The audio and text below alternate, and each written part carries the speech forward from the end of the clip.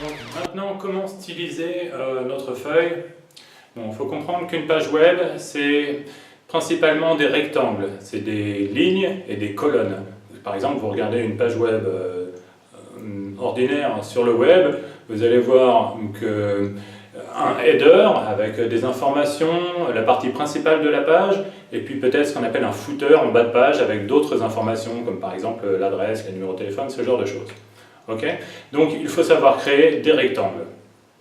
Comment créer un rectangle? Si par exemple je souhaite faire un rectangle qui occupe 50% de la largeur de la page et qui fasse à peu près 200 pixels de haut par exemple, il faudra que j'indique à mon navigateur, à travers le code, que je souhaite créer un bloc de 200 pixels de haut qui occupe 50% de la page.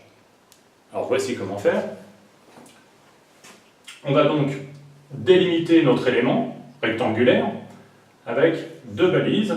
La première balise, c'est la balise div ouverte, et la deuxième balise, la balise div fermante. La différence étant que le premier est un div normal, le deuxième est un slash div, donc ça ferme l'élément. Notre élément est donc de ici à ici, et tout ce qui est contenu entre les deux balises fait partie de l'élément. Donc si par exemple on a un rectangle de couleur verte de 200 pixels de haut qui occupe 50% de la page, il va donc contenir notre gros titre et le texte Bienvenue à tous. Pour ça, il faudra le styliser.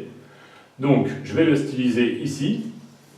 Style égale guillemets avec toutes sortes d'informations.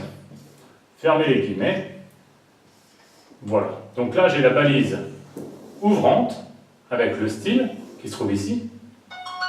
Et j'ai ici la balise fermante. Très bien.